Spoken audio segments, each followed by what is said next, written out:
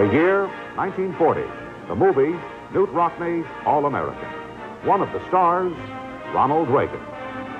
There'll be new fellas coming along year after year, a lot of them much better football players than I ever was. There'll never be but one Rockney, here at Notre Dame or anywhere else. The year, 1976. The drama, the Republican National Convention. The co-star, Ronald Reagan, turned back for the second time in his quest for the presidential nomination of the Republican Party. Now the year is 1980. The setting, Detroit. In less than 96 hours, Ronald Reagan will finally achieve his goal. Good evening. Now the Gipper is about to get it all that the Republicans can give him at any rate. And tomorrow afternoon, Ronald Reagan arrives in this convention city to accept the party's nomination for the presidency of the United States. It would be an understatement to say the Republicans here are optimistic. Indeed, the only worry many of them admit to having is that overconfidence may do them in. But for now, at least, they seem absolutely convinced the country will love Ronald Reagan in November as they do in July. Ted?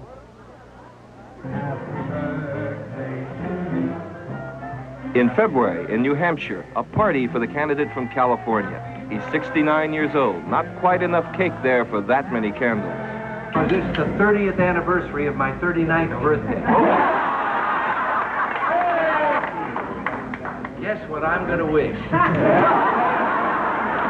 Guess what he wished for indeed. Why, for precisely what he's been chasing for years and years. 16 years, in fact. And finally, the Republicans are giving him what he's cherished so long. Others may have sought it just as eagerly, but few have pursued it longer or with such single-minded passion. For Ronald Reagan, it's been a durable dream. In 1968 and 72 in Miami, in 76 in Kansas City. His dream simply would not die. He wouldn't let it. He wouldn't give it up. Consider this. For nearly a quarter of a century, America knew this fellow in this way. A benignly handsome face there on the television screen and in the movies.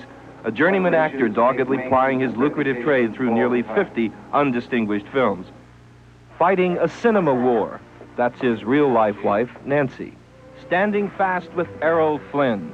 Winning one for the Gipper, of course, and although he'd like to forget it now, perhaps, pitting his dramatic talents against the chimpanzees in the fabled Bedtime for Bonzo. But all the while getting rich and famous in Hollywood, that city of make-believe and dreams, acquiring all the theatrical skills that would help him change careers in midlife.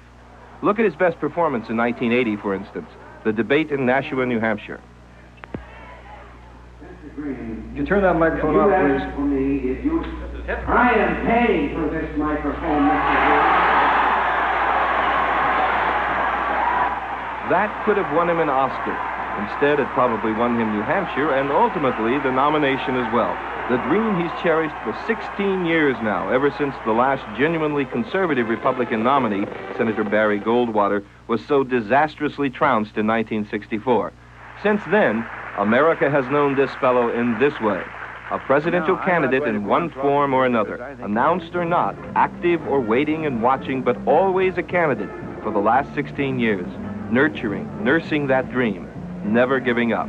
Through 8 years as governor and an embarrassing defeat in 1968 by Richard Nixon, and then 6 more years effectively proselytizing in the Sun Belt, continually building a base, but in the end, losing again to Gerald Ford.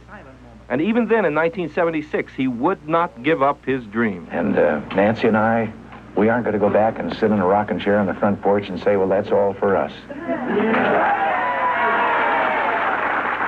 But this year, his campaign coincided with America's shifting politics, shifting to the right toward Ronald Reagan, who was right there for 16 years.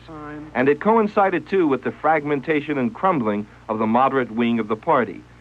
Just what Reagan needed. No new magic about him this time around. Just the same fellow who wouldn't give up on his dream, on what he believed was his destiny.